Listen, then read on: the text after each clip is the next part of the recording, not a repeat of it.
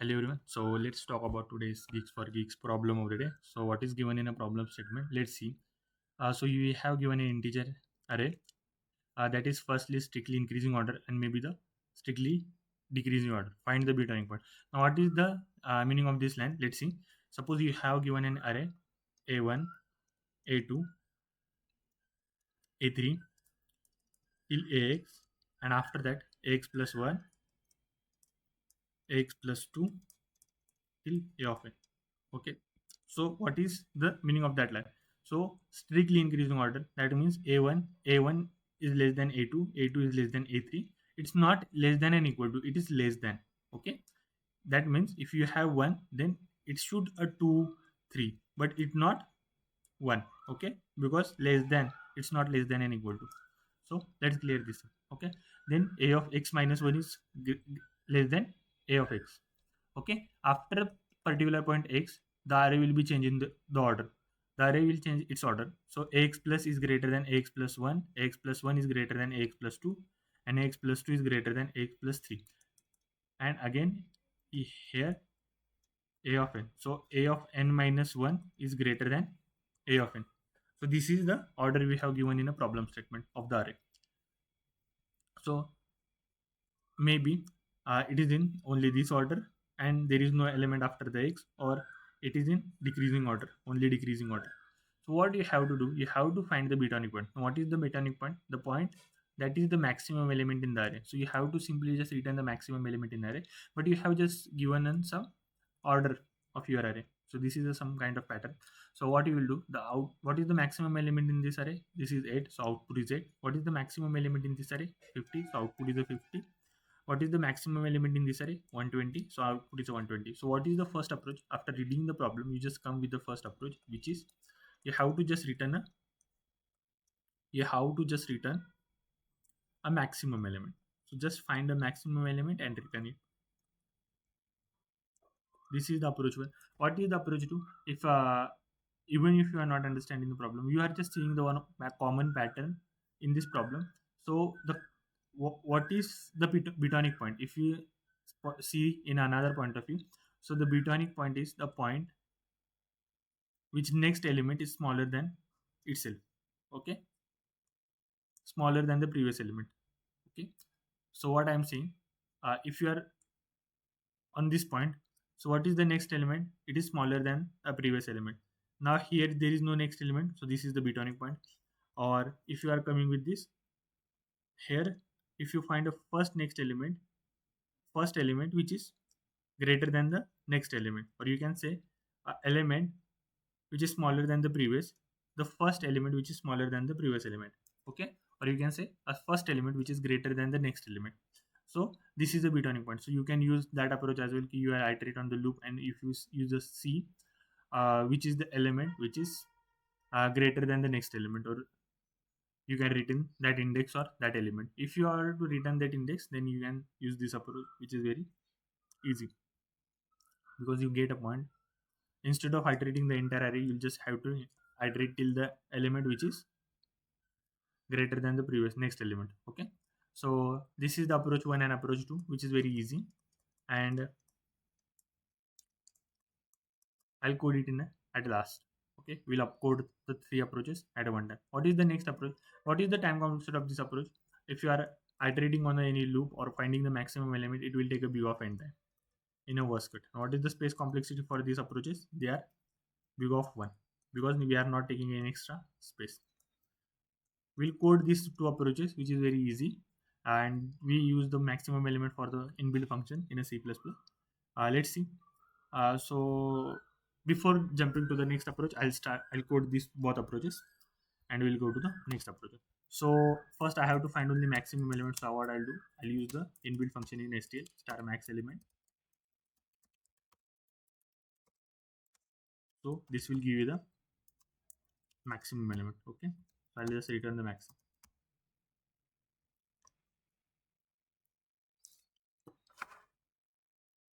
So yeah, the answer is correct. If I go to submit it, it will get accepted. So what is the time complexity of this max element? It is a big of n. Okay. Now if I'm just try to iterate on any element, like if I just start and I'll just do array dot size minus 1 and I plus plus. Okay, and I just say if array of I is greater than array of I plus 1, simply return array of I. Okay, if it is not correct, then return the last element. Why? Because I'm saying that this array in a sorted order. So what is the time complexity for this? This is also take a view of n time. So let's try to submit it. Yeah, so it get accepted as well. So we can optimize using this pattern. What is the expected time complexity? The time complexity is expected is log n. So how we will optimize this problem? Okay, we solve this problem within a 1 second. But why? How we can optimize this problem? What is the follow for this problem? So if I observe this pattern clearly, so this is sorted in a particular form. After the particular x index, it will in again sorted in decreasing order. It is sorted in increasing order.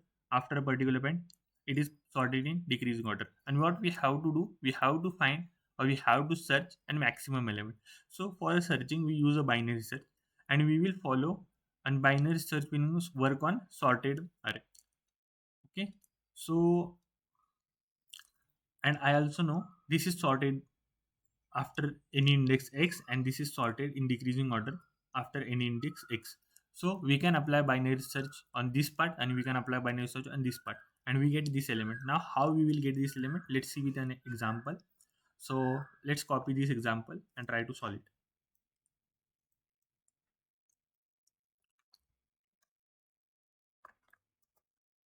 Now the question is how we'll apply the binary search.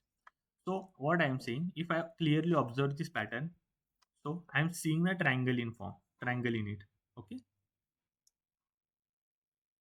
okay, so here is some element like a 1, 2, 4, 5, 7, and this index is 8. Okay, after that there is a 3. Suppose there are some element like a 2, 1, and 0. It's still okay. So what I am saying, I have to return this element. Okay, now I will start a binary search with a start and end, which is this is the start and this is the end. Now what is the condition I have to mention?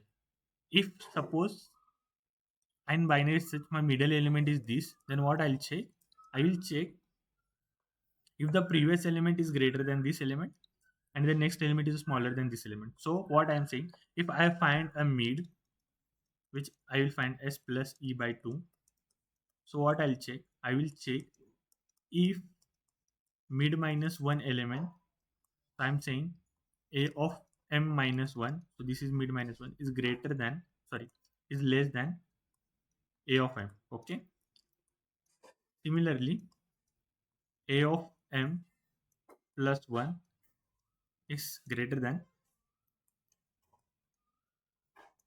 a of m, so this is also less than, my bad. So these both elements are less than. Okay, so this is m, so this is m plus 1, which is smaller than a of m, and this is m minus 1, which is also smaller than m. If this condition is satisfied, return the middle element. Okay, if this condition is not satisfied, then what we will do? So let's try to understand this as well. So let's try to understand this problem as well. So suppose if the element come on this index, so what I will check, how I will ensure the element on the left side or from the Bitonic point, or it is on the right side from the Bitonic point. So how I will check this? So what I am saying, if element is present here, I'll check the next element. If a of m is less than a of m plus 1, which is, then I can say this is on left side. Why? Because if this is present in this side, then what I'm saying, a of m is less than m plus 1. No, it is greater than m plus 1. So if this condition is satisfied, then I have to go to the right side. Why? Because I know my Bitonic point present in the right side. If it is condition is not satisfied, suppose my element is in this side, so what I'm saying, if a of m is greater than a of m plus 1, then I have to go on a left side. Okay, so this is two condition. So can you apply the binary search using this condition? Let's see with some example test cases, and let's try to understand it is possible or not. Okay, So what I will do, I'll try to create an array. So instead of creating array, I'll just use the binary search on this arrays. So this is the starting point and this is the ending point. So I'll write the indexes 1, 2, 3, 4, and 5 and 6. So what I'll do, I will calculate a min. So instead of calculating here, I'll just copy this array and go to the down. Okay. So my bad, it's not going here. I'll just drag it here. Okay, cool, nice. So what I'll do, I'll just calculate the mid. So what is the mid? 6 plus 0 divided by 2. So what is the mid? 3. So 3. Now 3 is my middle element. I'll check it is present. The first condition is it is the Bitonic point or not. So what I'll check? I'll check this condition. If the m minus 1 is greater than less than m, yes it is, but m plus 1 is greater less than m, no it's not. So I'll check the second condition. Is m is less than m plus 1, yes it is, then my Bitonic point will be the my Bitonic point present on the right side. So what I'll do, I'll increase the s with the mid plus 1. So my s will be the here and my e will be the here. So now I have to search on this part. Okay, so what I'll do, there is a 4, then 6, 4 plus 6 divided by 2, 10 divided by 2 is a 5. So I'm on a fifth point and I'll check the condition and this condition will be satisfied. So my answer will be the 8 for this test case. Okay, let's see with another test case. Okay, so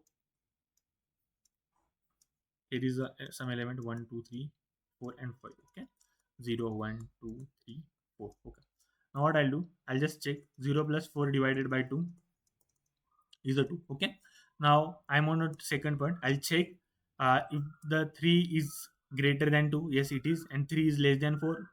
3 is the greater than 4, no it's not. So this is not the Bitonic point. So where the Bitonic point present on left or right, let's check it. So let's see, 3 is less than 4, yes it is, means m is less than m plus 1, yes it is. So I'll go to the right side. So my new s will be this and my end is this. So what I'll do, 4 plus 3 divided by 2. Now what is the answer? 7 divided by 2 is 3. Fine. My middle is here. So I'll check that middle element is a Bitonic point or not. So what I'll do, I'll check for the next and previous element. So next element is smaller than the previous. No. Means mid m plus 1 is less than m. No. M plus 1, m minus 1 is less than m. Yes, it is.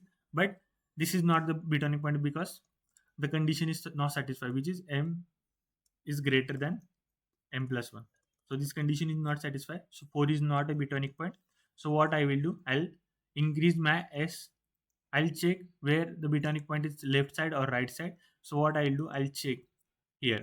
So m is less than m plus 1. Yes, it is. So I will go to the right side. Now, as I'm going to the right side, I'll check s and e. Okay.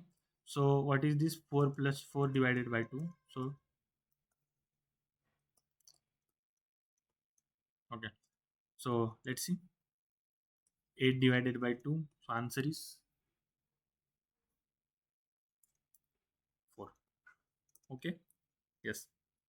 So what I'm saying,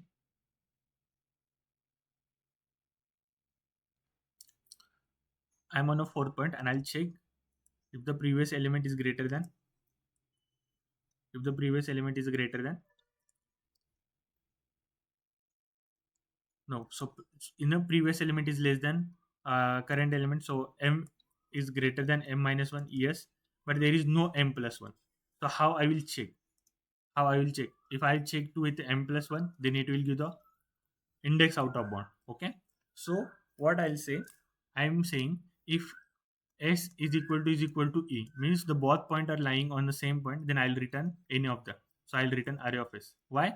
Because this is not possible to check the next element. So that means the arrays are either sorted in decreasing order or sorted in increasing order. Let's check with the decreasing order. This condition is satisfied or not. I'm saying if s is equal to e, then return s element. Okay. What I'm saying second, if m plus 1 is less than m and m minus 1 is less than m. Okay, so m is a middle element. Okay, else if, what I'm saying, if m plus 1 is greater than m, then you have to go simply next element.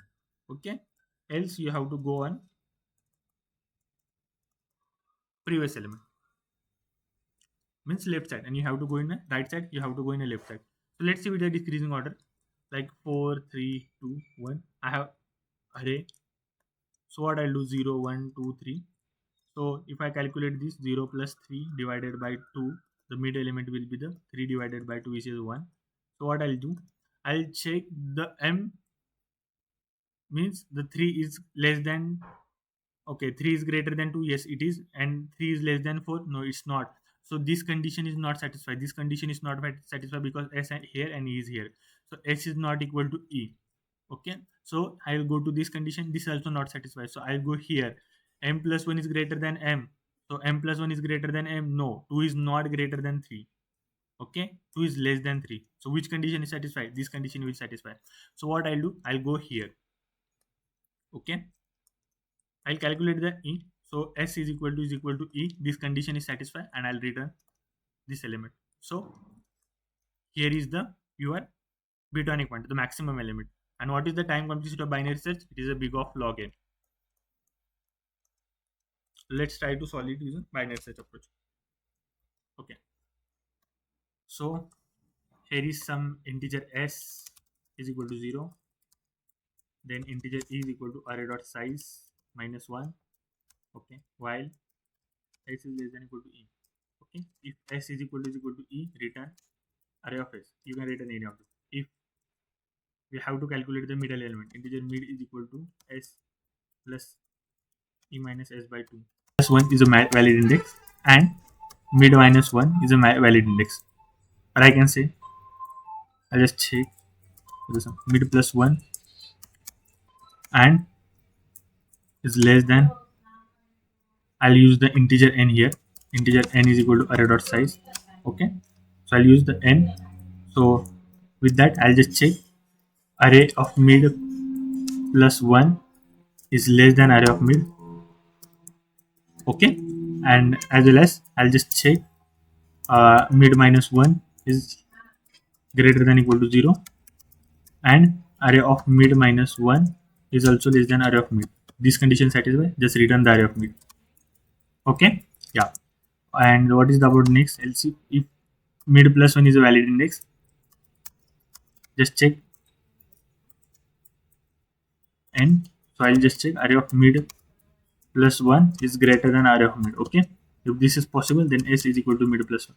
So s will lie on the right side. Okay, if this is not possible, then just go with e is equal to mid minus 1. So what I say, I'll search on the left side. If both condition is not set, I'll just return the minus 1.